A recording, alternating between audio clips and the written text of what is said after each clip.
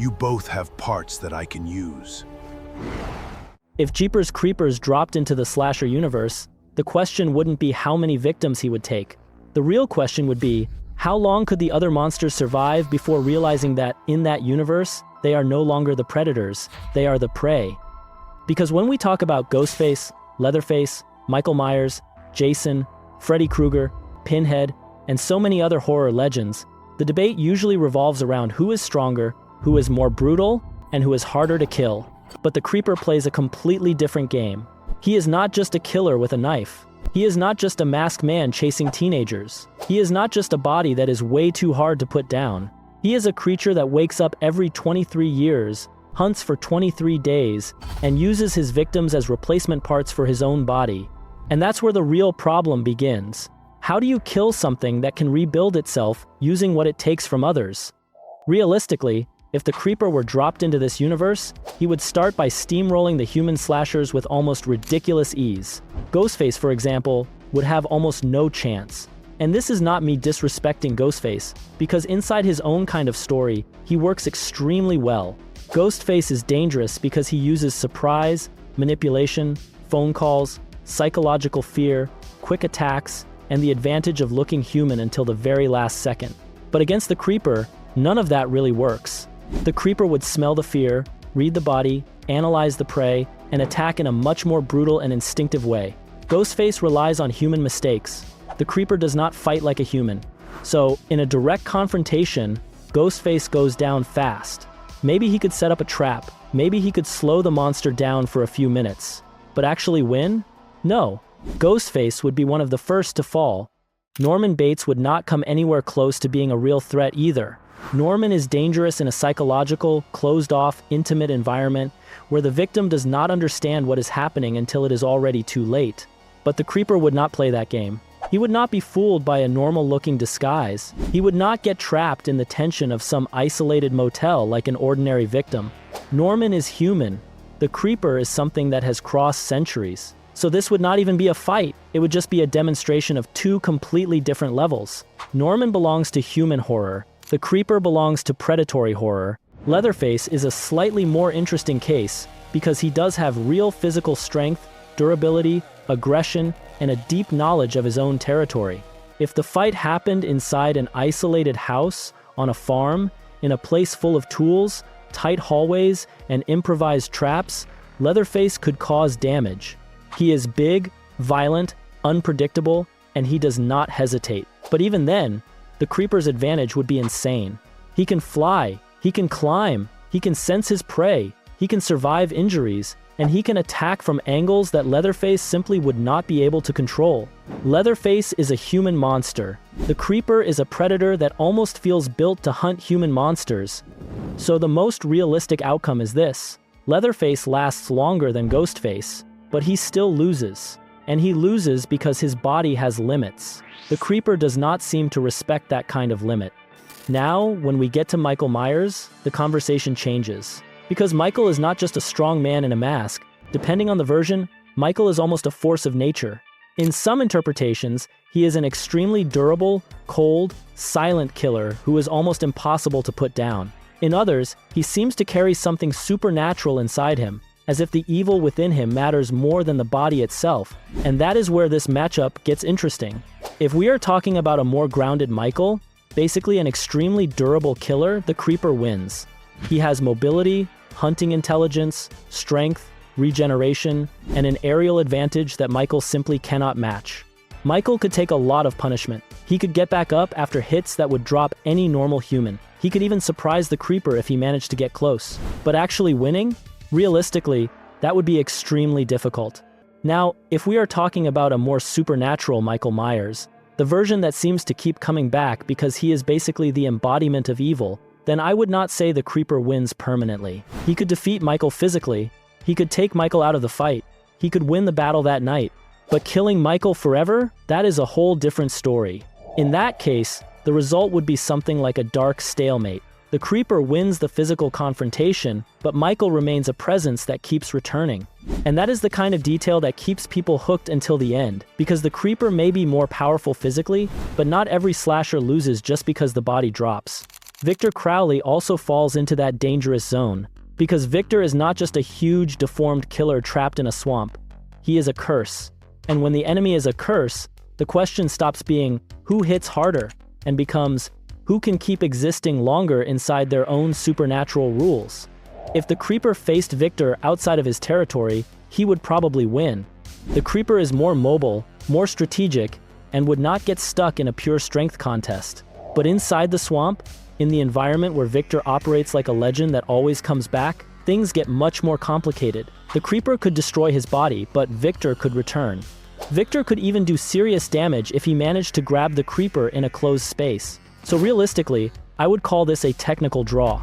The Creeper wins the physical fight in several scenarios, but he does not necessarily end the curse. Jason Voorhees is where a lot of people are going to split, because there are many versions of Jason. The classic human Jason, the one still closer to a highly durable killer, would lose to the Creeper. He is strong, large, violent, and terrifying, but he is still below the level of a creature that flies, regenerates, and chooses body parts from victims like he is building his own survival. Against that Jason, the Creeper wins, maybe not with total ease, because Jason can take a lot of punishment, but he wins. But zombie Jason is a whole different conversation. When Jason becomes a basically undead creature, insanely durable and almost impossible to stop, the matchup shifts into another category. The Creeper would have the advantage in speed and predatory intelligence, but Jason would have absurd durability. And the scariest part is that Jason does not feel fear in the normal way. He is not going to run. He is not going to negotiate. He is not going to hesitate. He just keeps coming. And that removes one of the Creeper's biggest psychological advantages, which is hunting prey that panics. Against zombie Jason, I can see the Creeper winning battles, but not winning the war. He could incapacitate Jason, throw him away, trap him, mutilate him, or neutralize him for a while. But erase Jason permanently? Very hard. So I would call it a technical draw, with a situational advantage for the Creeper in combat, but a long-term survival advantage for Jason. And if we bring Uber Jason into the conversation, then things start leaning the other way. Uber Jason is an absurd version, with durability and strength on a level that goes far beyond the traditional slasher formula. In that case, the Creeper would have a real problem. He might be smarter, he might attack from above, he might try to target specific weak points, but Uber Jason is simply too durable.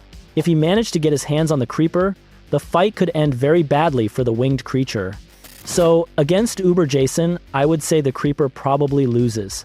Not because he is weak, but because Uber Jason is already operating on a near sci-fi monster scale. Chucky is interesting, because physically, the Creeper would win with no real difficulty. In a direct fight, the doll has no way to compete with the Creeper's strength, reach, flight, and durability. The Creeper would destroy Chucky's physical body very quickly. But Chucky is not just that body. He is a threat connected to ritual, possession, and return. So the question is, would the Creeper actually defeat Chucky, or would he only break a temporary shell? Realistically, the Creeper wins the physical confrontation, but he does not eliminate the threat forever if Chucky's supernatural side remains active. So I would put it like this. In combat, the Creeper wins. In supernatural permanence, it is a technical draw. Now we get to Freddy Krueger, and this is where the Creeper starts running into a type of enemy he cannot solve with claws, wings, and regeneration alone.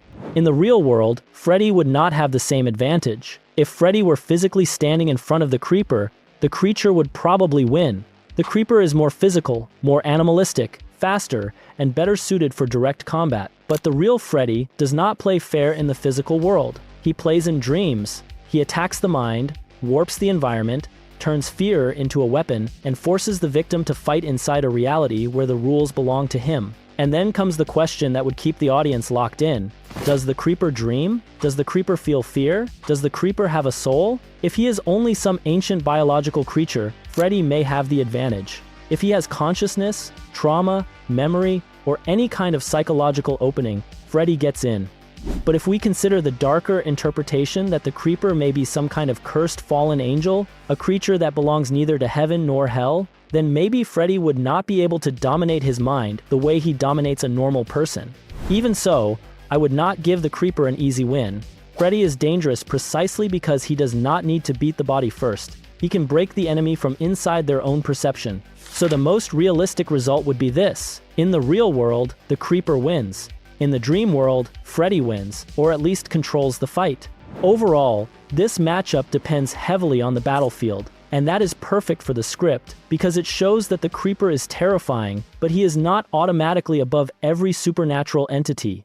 Pinhead is probably one of the worst possible opponents for the Creeper, because Pinhead is not just a slasher. He is connected to a dimension of punishment, pain, contracts, desire, and damnation. He does not need to stalk like Michael. He does not need to attack like Jason. He does not need to hunt like Leatherface. He operates on another level. If the Creeper is only an ancient physical creature, Pinhead wins, because he deals with things that go beyond flesh. And even if we consider the Creeper's origin as a fallen angel or a cursed creature from the time of Lucifer's rebellion, that still does not guarantee victory. In fact, it might make the encounter even more dangerous, because Pinhead could see the Creeper not as ordinary prey, but as a broken entity, a creature trapped between destinies, exactly the kind of spiritual abomination that hell would want to understand, punish, or claim. So, against Pinhead, I do not see the Creeper winning. He could resist more than a human. He might not bend immediately, but beating Pinhead at his own kind of horror is practically impossible. The most I would give the Creeper is a chance to escape if he avoids direct confrontation with the forces of hell. But defeat Pinhead? No! Pinhead wins or captures him. Samara and Kayako fall into an even more complicated category because they do not work like normal physical opponents. You do not solve that kind of threat with strength. You can destroy a house, you can break a body, you can run from a place, but the curse keeps spreading. Against that kind of entity, the Creeper would have a problem. He would not really have something to hunt. He can hunt flesh, he can hunt fear, he can hunt organs, but how does he hunt a curse? How does he devour a presence that does not depend on a normal body to exist? If Samara or Kayako attack the Creeper the same way they attack humans, maybe his supernatural resistance would allow him to withstand a lot. Maybe he would not be affected the same way an ordinary victim would. But he also would not have a clear way to win. So I would call it a dark technical draw. The Creeper would not be an easy victim, but he would not get a clean victory either. It would be the kind of confrontation where both sides exist under completely different rules. Pennywise is another insane case. If we are talking only about the physical avatar, the monstrous clown that appears in front of victims, the Creeper could cause damage. He is not a helpless child. He is not an ordinary victim. He is not someone who simply freezes in fear. The Creeper is a predator, and that already changes the dynamic, because Pennywise likes to turn fear into food. But what if the creature in front of him does not react like prey? What if the Creeper sees Pennywise as something to be hunted? In that case, the Creeper could defeat a physical manifestation. But Pennywise, in essence, is much bigger than a body. He is a cosmic entity, an ancient evil that uses forms to feed. So if the fight is against a physical form, the Creeper has a chance. If it is against Pennywise's true nature, he does not win. At most, he survives, escapes, or forces the entity to retreat temporarily. Now, if we put everything together and ask how far the Creeper would realistically go, the answer is much farther than most fans imagine. He would get past the human killers. He would beat Ghostface, Norman Bates, and Leatherface. He would beat the more human versions of Michael Myers and Jason. He would have the advantage against extremely durable physical threats, but he would start hitting a wall against monsters who return through curses, like Victor Crowley and Zombie Jason. Against Chucky, he would destroy the body, but not necessarily the spirit behind the threat. Against Freddy, it would all depend on the battlefield. Awake, the Creeper wins. Asleep, or trapped in the dream, Freddy becomes the favorite. Against Samara, Kayako, and Pennywise, the fight stops being physical and becomes a collision between different supernatural rule sets. And against Pinhead, realistically, the Creeper probably does not win, but there is one final layer that could change the entire analysis: the Creeper's possible origin. Because if he is only an ancient creature, he is already dangerous. But if he really is something like a fallen angel, an entity cursed since Lucifer's rebellion, forbidden from belonging to heaven or hell, then the Creeper stops being just a slasher monster and becomes a spiritual abomination. That would explain why he returns in cycles. It would explain why he seems to exist outside the normal laws of death. It would explain why he does not hunt only out of hunger, but out of ritualistic necessity. And if that is true, he climbs much higher in the ranking. In that scenario, Michael Myers is no longer pure evil facing some random predator. He is facing a creature that may be older than his own legend. Jason is no longer an unstoppable undead killer facing a roadside monster. He is facing an entity that has crossed entire eras. Freddy is no longer playing with the mind of a human victim. He is trying to invade the consciousness of something that may have seen hell being born. Pinhead is no longer encountering only a creature of flesh. He is encountering a cosmic exile, a lost piece between heaven, hell, and earth. And that makes the Creeper much more dangerous, not because he hits harder, but because his existence may not have been made to end. Even with that interpretation, I still would not say he beats everyone. Because in horror, the most dangerous monsters are not always the ones with the most strength. They are the ones who control the rules of the story. Ghostface controls the mystery. Leatherface controls human chaos. Michael controls the silence of evil. Jason controls inevitable punishment. Freddy controls the dream. Samara controls the curse. Pennywise controls fear. Pinhead controls the contract with hell. And the Creeper controls the hunt. He is the perfect predator inside the physical world.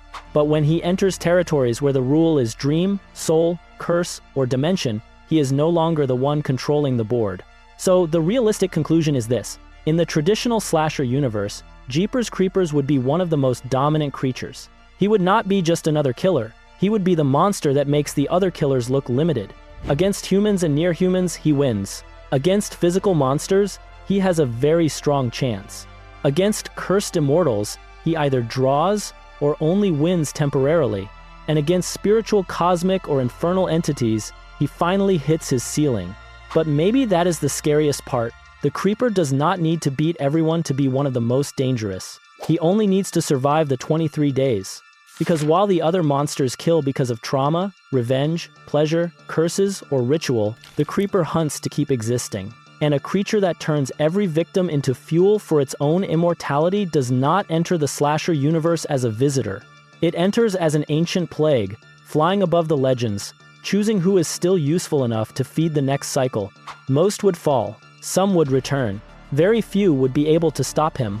And in the end, the question would not be whether the slasher universe could survive the Creeper.